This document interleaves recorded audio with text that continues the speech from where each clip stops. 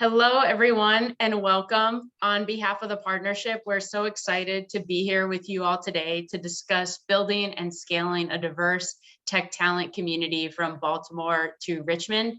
My name is Francesca Alfreda, and I am the Vice President for Inclusive Growth at the partnership. I'm joined by two of my colleagues, Lindsay and Robert, who will introduce themselves as we go through the presentation. But thanks again for being here. We're all so passionate about this region and the great potential that it has.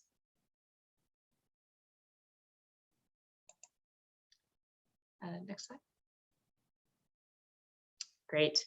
So the capital region, what's so special about it? I think, when we think of our region, it has such tremendous assets, so much diversity, and just wonderful potential. The way we define the capital region is from Baltimore to Richmond. And we are actually the third largest economy in the United States and the seventh largest in the global landscape. We have an immense amount of educated population. We have 184 languages that are spoken. We have 53 Fortune 1000 companies and 4 significant airports. So what does this all mean? This means that we have a great deal of assets that can be harnessed both from an individual perspective and from an employee perspective. It means that we can be one of the most competitive economies in the country. Next slide. Great. I think one of the things that brings us all here today is that we are such a diverse region, and we're committed to ensuring that we are an inclusive region. And in fact, we want to be the most inclusive growth engine in the nation. We recognize that it will take work to get there, but we have the foundations to be able to do so. We have a very diverse population. We have a thriving business community.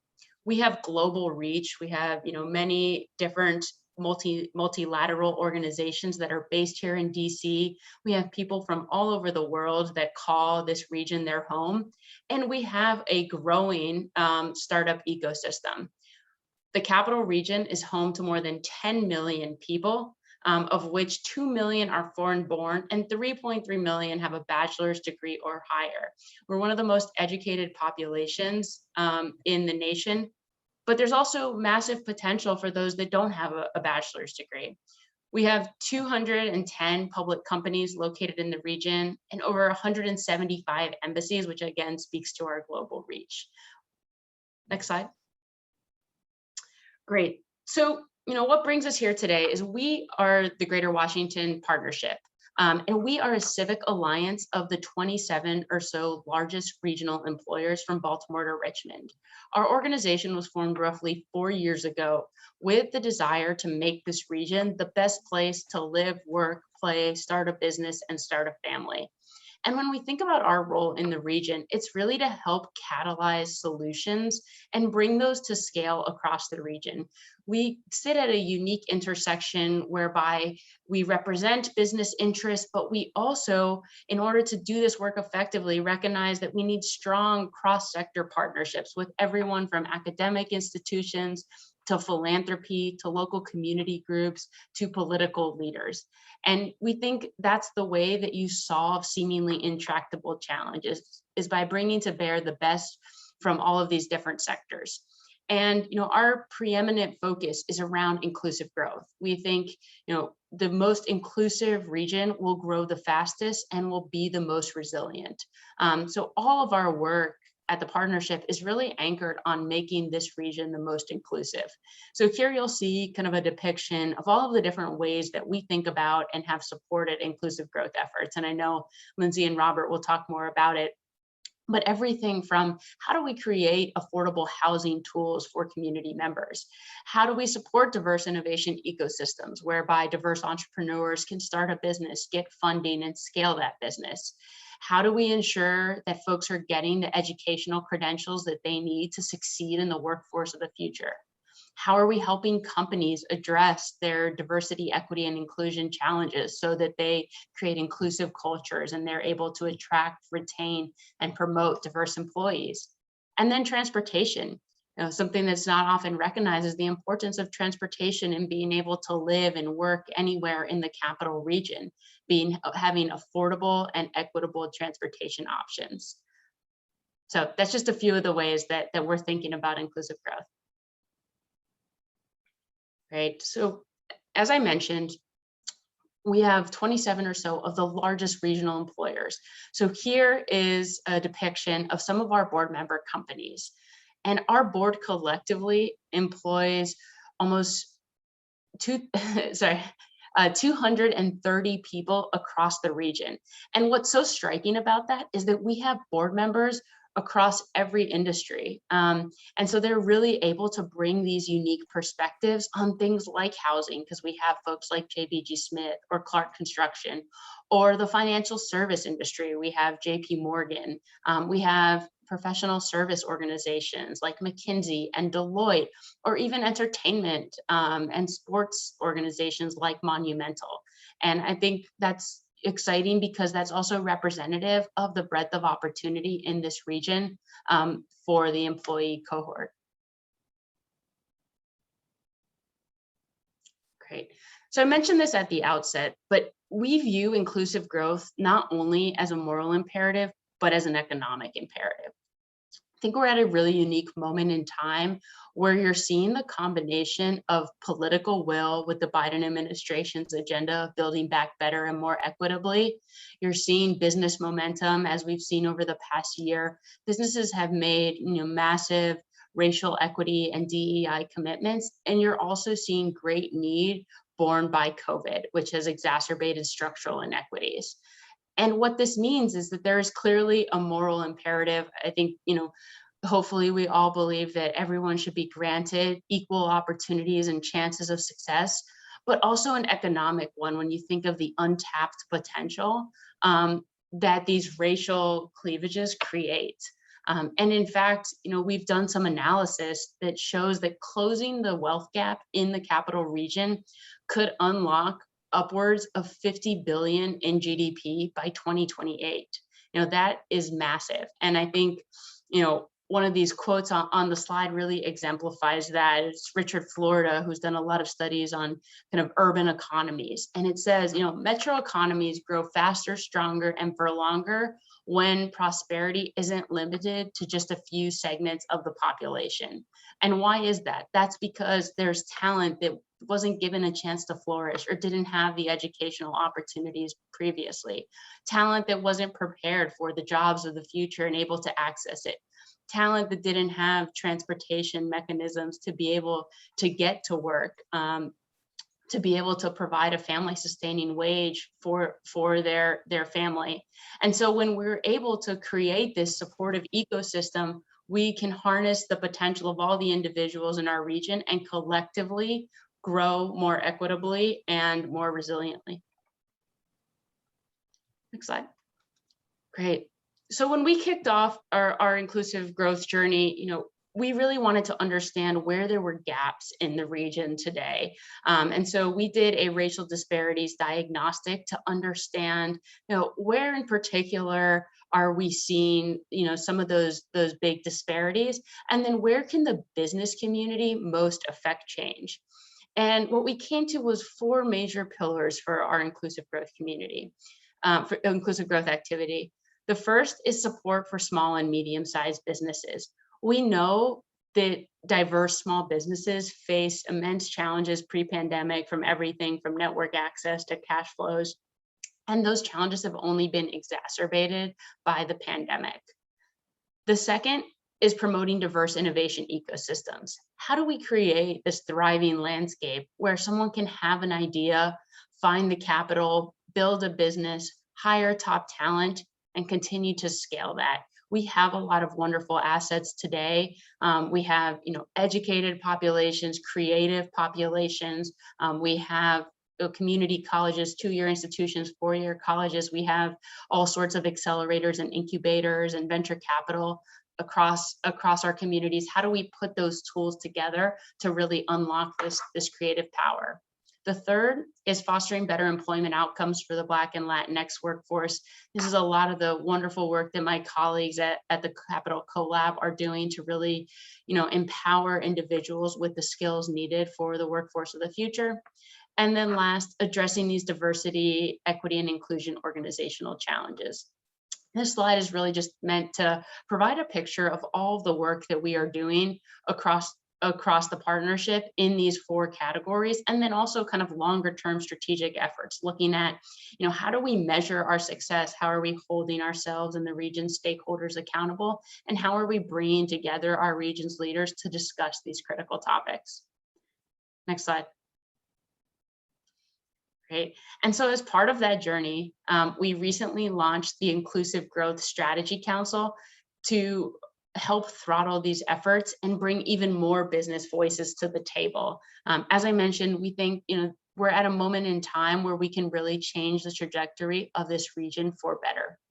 So we were lucky to have 2 wonderful individuals that have committed their entire lives to addressing racial inequities. Sheila Johnson, founder of BET and CEO of Salamander Hotels, and then Jason Wright, who you may know, the president of the Washington football team and former partner at McKinsey, who started their Black Economic Mobility Institute, to help spearhead this council. And we have brought many new organizations to the table, really under the mandate of thinking about what do we need in 10 years' time to make this region the most inclusive growth engine in the country and become a model for equitable economic solutions. So looking holistically at everything from housing to transportation to financial resilience to healthcare outcomes, and detailing out what will be required so that we can all row against this common goal set.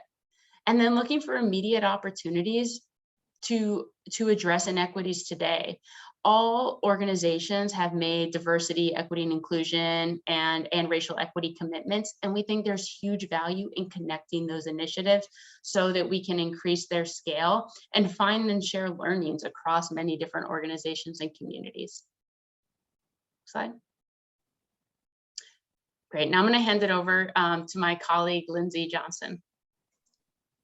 Thanks, Francesca. I'm Lindsay Johnson, everyone. I'm the manager of programs and insights on the CoLAB team. And Francesca already did a great job covering our inclusive growth initiative, which truly underlies all of our work. But I know that some of you may have first encountered Greater Washington Partnership and at least our work in Baltimore through our transportation and regional mobility initiative, which aims to, in particular, expand bus and rail connectivity throughout the entire capital region. But what we're going to spend the rest of the time during this presentation is our skills and talent division, which is also the Capital CoLAB. And that's the team I'm on and the team that Robert Owens, my colleague, is on too. So I'm going to share a little bit more about our skills and talent work through the CoLAB, why it came about to begin with, and why in particular we're starting with a focus on digital tech skills, and then how we're working to tighten links between educators, employers, and students in the region to make sure we're preparing the workforce needed now, but also in the future. So to start, the CoLAB is an action-oriented partnership of businesses and academic institutions in the capital region from Baltimore to Richmond, all focused on developing the talent for the jobs of today and tomorrow. And right now that means looking at where most of the demand is in our region, especially for entry-level hiring, and that's across digital tech and tech-adjacent roles. Our vision is that together we'll have the most diverse digital tech workforce in the country, and we'll do so by focusing on these partnerships between employers and educators. First, to make sure that there's industry-aligned digital tech pathways that are reaching more learners where they are. Our key outcomes looking ahead through 2025 are that we will engage 45,000 students and adult learners in digital tech pathways and ensure that at least half of those are coming from underrepresented populations. And just a note on diversity, because I know it can be broad or it can be very narrow. The way we're looking at it, just to start, is looking at the data, what the data says about populations that are historically underrepresented in tech. So right now that's Black, Latinx, and women. But again, just a start. And as we grow in the region and build new partnerships, we expect that to evolve and expect to branch into places where learners haven't traditionally been able to access meaningful careers in digital tech spaces. And just a note on when we started and how we came to be. In 2018, several of the CEOs from Greater Washington Partnership came together around their shared need for digital tech skills and concern that they couldn't meet the demand within their own organizations and how that might play a role in the region. And they all agreed that rather than competing, it made more sense to collaborate, hence the CoLAB. And in order to do so, educators needed to be at the table as well, since they're the ones preparing the future workforce. And just to add a little flavor to what tech demand looks like in our region, when we look at tech and tech adjacent roles combined, so not just the roles responsible for creating technologies, but ones who require knowing how to use it to thrive in their jobs, we can expect to see 60,000 of those positions go unfilled annually through 2025, unless we really rethink how we're training folks and connecting them with those job opportunities. And from an economic and workforce development perspective, talent attraction has already been big, especially when you look at the DC region in particular. A lot of people are coming from out of the area and even out of the country to fill that workforce. But what that doesn't tap into is the incredible talent that already exists here. And the employers who came to the table for the CoLAB in conversations with some of the university presidents in our region really felt that it was time to double down on developing talent and also retaining talent. So anyone who is born here and grows up here can see a path for themselves here in digital tech careers if that's what they so choose. So this is just a snapshot of CoLAB's current employer partners. We have 18, the 17 that you see here, plus CIA, their logo isn't currently on here. And CoLAB initially started with a table of university partners. So that includes the 18 universities, including the University System of Maryland. And they all serve different audiences of learners. And they're all committed to aligning curriculum to what employers share are their needs. And then moreover, we have 5 jurisdiction partners, which Robert will get into a little bit further down the road. But this is for one program in particular that CoLAB works on to create and expand IT pathways starting in high school. It's called TALENTREADY. Baltimore City is one of our jurisdiction partners, and one jurisdiction includes the public school system, at least one community college partner, and at least one four-year partner. So in Baltimore City, we're working closely with BCPS, and the post-secondary partners they've brought in the loop on this are Baltimore City Community College, the University of Baltimore. There are some other nonprofit partners part of that work as well. So CoLAB really, though they started, the employers and educators came to the table first started with this focus on universities because so many of the jobs in our region required a bachelor's degree. The intent was always to make sure we were reaching more students earlier in their academic journeys so they could see more ways, both through school and through professional experiences, to build their careers in digital tech. I'm going to talk a little bit more about our programs in detail, but one thing I wanted to zoom out on and make sure to really drive home was what CoLAB sees as one of its core responsibilities, which is employer signaling for the entire Capital region.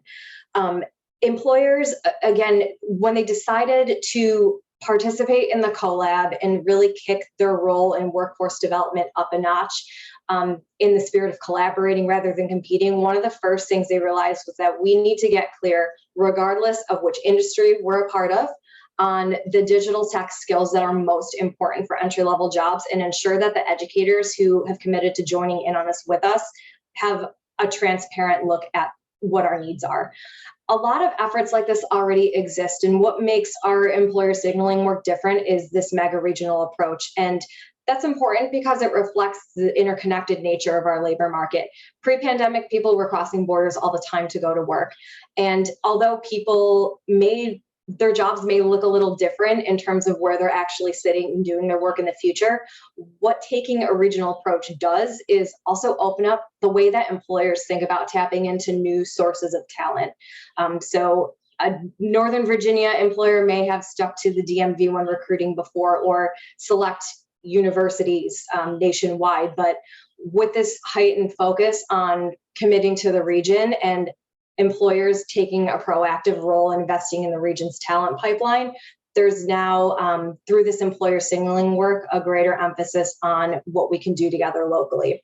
So the employer signaling system itself is a process that combines labor market information with specific employer insights on different subject matter areas in demand in digital tech, such as cybersecurity, data analytics, et cetera, and then communicates those needs in a very granular way through knowledge, skills, and abilities, which we call KSAs, out to our educators. And so employers, through the CoLAB, can really impact more students in terms of what they're learning in school. And so they're coming to their entry-level jobs better prepared for the roles that are available in our region. I know this type is a little tiny and hard to see, but it really gets to how the ESS works. And again, it starts with employers. Employers come to consensus on these demand for the demand for entry-level tech and tech adjacent roles. And even going into those conversations, CoLAB pulls labor market information on what the landscape looks like in our region and validates with those with employers too. And we apply a methodology to our data collection to ensure that as we're pulling in-demand digital tech jobs at the entry level, those are also jobs that offer a family sustaining wage in Baltimore, DC, or Richmond MSAs. So that's really important that we're not guiding students toward dead-end careers. We really want to make sure they see a pathway here. And with that data in mind, we gather employers in our industry advisor working groups, which happen each year. They come together as subject matter experts based on what the data shows are in-demand fields. Currently, that looks like cybersecurity, data management, data analytics, networking, machine learning, and software development. And then we also have a more generalist group for tech adjacent roles. And in those working groups, they take a hard, close look at the knowledge, skills, and abilities that are needed for entry-level roles, refresh them annually to ensure that educators receive the most up-to-date information they can, acknowledging, of course, that curriculum can't change overnight, but at least that information is more readily available. And then educators respond by tailoring curriculum to include those KSAs. So in a lot of instances, there are university partners in particular who are already teaching these. It's just a matter of repackaging what already exists. So when a student graduates, they're coming to employers better prepared than they would have been if they had taken a series of courses otherwise. And there's a lot of flexibility involved in step 4 here. So different academic institutions, particularly at the post-secondary level, can really customize curriculum to include all of those KSAs in a way that makes sense for their student bodies and their institutions. That might be through a minor, it might be through a certificate, but either way, it's a way of reaching more students from more academic backgrounds and embedding these in-demand KSAs into curriculum. And then one thing Robert will build on later in the presentation is work-based learning, which is a newer piece of our work. But it's important that as employers signal out what their needs are, students have a chance to apply what they're learning in the classroom and professional settings. So that can appear in a variety of ways. And we're really excited to talk with folks in Baltimore and beyond about how we can make that happen and expose students to professional opportunities earlier on. And then finally, students currently just through one of our programs, through the Digital Tech Credential Program, receive a digital badge once they've completed all of the KSAs in their curriculum. So they can then signal back to employers that they have what they're looking for. The employer signaling system underlines CoLAB's 2 programs, and again is going to be the foundation for how we pilot future initiatives moving forward. The first program that CoLAB ever launched, which some of you may have heard of, is the Digital Tech Credential, and that is looking at some digital tech KSAs and also some tech adjacent KSAs, and giving those to universities so they can map their curriculum and package courses in a way that, again, makes sense for their institution. This program has really taken off quickly. When CoLAB started in 2018, we already had 2 or 3 universities who had mapped curriculum to match our generalist credential for non-STEM students, like within 6 months. So we've been so excited about how fast this has picked up across the region. And what's great is that it levels the playing field for employers. we're no longer in a position, we can't afford to be in a position as a region where we're going to select institutions that we just might already have relationships as we're hiring people. And as more universities map the digital tech credential KSAs into their curriculum, and students can signal that back to employers, it ensures that more people from more institutions are prepared for entry-level digital tech and tech adjacent roles. And then Talent Ready, which is the one that Robert's going to talk about in a moment, is the one that includes 5 jurisdiction partners, and it aims to expand access to economic opportunity and employer-aligned competencies for more and more young people in the region, starting in high school and moving on through post-secondary. We're currently in the process of rolling this out right now. It's funded through JP Chase and Bloomberg Philanthropies. And so our friends in Baltimore City, as one of our jurisdiction partners, are currently updating IT curriculum in a handful of high schools to make sure that it aligns then easily to post-secondary and into the workforce, ensuring that students have the opportunity, if they want to work in digital tech, to move through that work more quickly and not have to pay more and more trying to figure out which college courses to take. And just quickly, I mentioned the digital badge when I was running through our employer signaling process. This is literally what a digital badge looks like, and we're currently using it for the digital tech credential program. So as students graduate from one of CoLAB's university partners, having completed the courses embedded with industry validated KSAs, they get a digital badge. They can post it on LinkedIn, on their resumes, share it with employers. And it's a quick way for employers to see that they went through a curriculum that was aligned to the skills that they asked for entry-level jobs. Universities are the ones that distribute the badge, so they also have a way of tracking the impact of industry-aligned curricula on their students. And the badge itself is embedded with data about the specific knowledge, skills, and abilities that the learner has. So it's kind of a long game play. As you all know, it takes a learner a while to move through their curriculum. So we're just getting started, but we've been really excited to see the way so many partners in the region are coming together to ensure that more students are accessing the skills that employers need. Robert, I'm going to turn it over to you to delve into Talent Ready and talk a little more about work-based learning. Thank you so much, Lindsay. Really appreciate it. Capital CoLAB is committed to building and scaling a diverse educator-employer partnership, as Lindsay and Francesca says, from Baltimore to Richmond. And we plan to expand access to industry-validated digital tech competencies for learners in secondary and post-secondary institutions. As you see here, as Lindsay mentioned, we have 5 jurisdictions that we're currently working with that is being funded again by JP Chase and Bloomberg. Those jurisdictions are Baltimore City, Fairfax County, which is also part of Northern Virginia, Montgomery County, Prince George's County, and Washington, D.C. Now, what we're working on in Talent Ready right now is, here are some bullet points. We're convening annual industry advisors working groups to identify entry-level IT KSAs. We have, as Lindsay talked about, the ESS website for Talent Ready KSAs. We have launched our CoLAB work-based learning strategy, which we'll talk about later. And right now, currently, jurisdictions are creating and enhancing IT course pathways for high school to post-secondary education. Next slide. As you can see here, it's very important as you focus on career exploration that you must have it early on.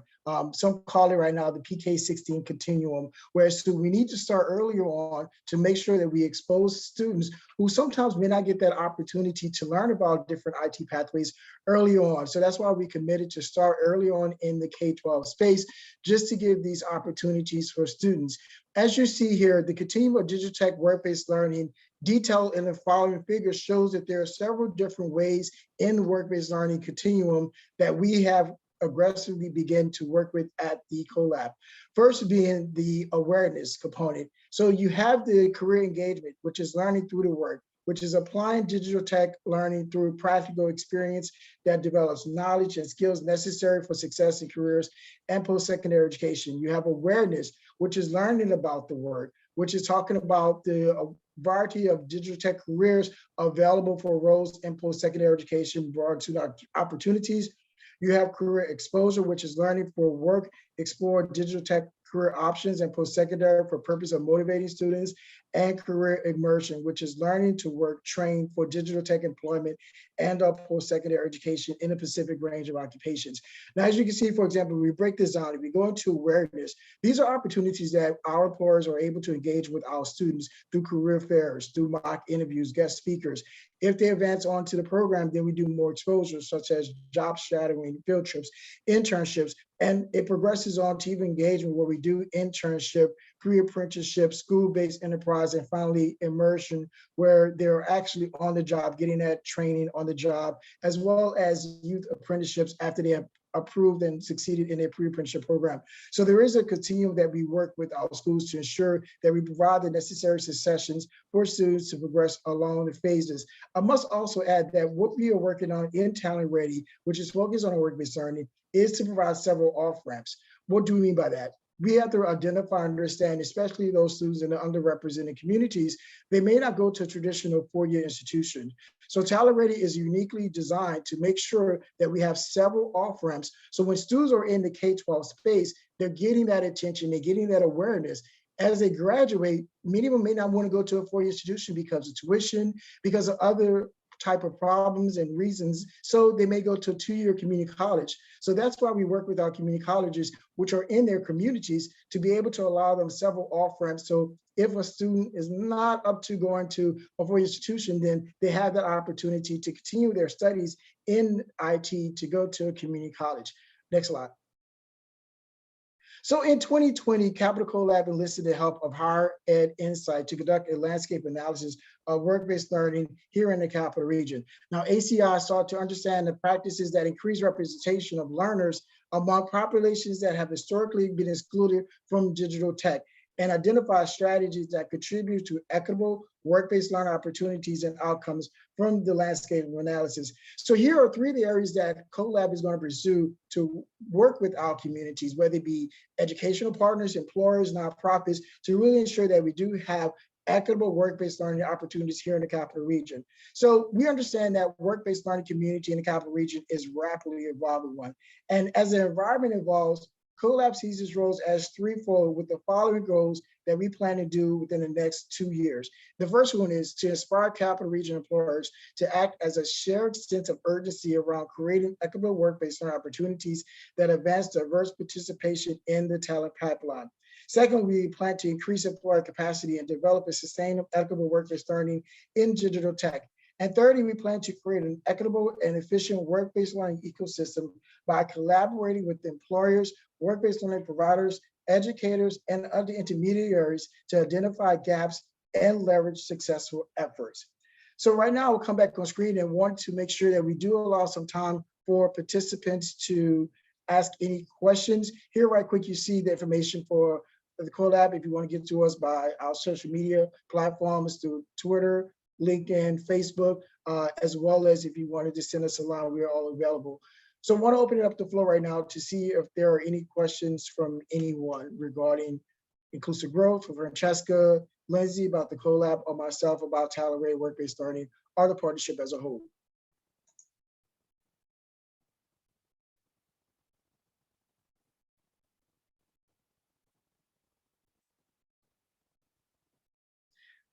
All right, well, I guess that means we've done a really good job at presenting the great work that we're doing here at the CoLAB. Again, if you have any questions, we are also available to be reached. As you see, our email address, colab@greaterwashingtonpartnership.com. If you have any questions that you may have that come up tonight or tomorrow, please feel free to reach out to us as well. Again, yes, thank you so much. We do appreciate this presentation to Barry Bosman. I love what we do, and we're committed to really make sure that we provide inclusive growth and equitable opportunities here in the Capital CoLAB. But again, feel free to reach out to us at colab@greaterwashingtonpartnership.com if you have any questions or would like to speak with us more. To that, everyone have a great day.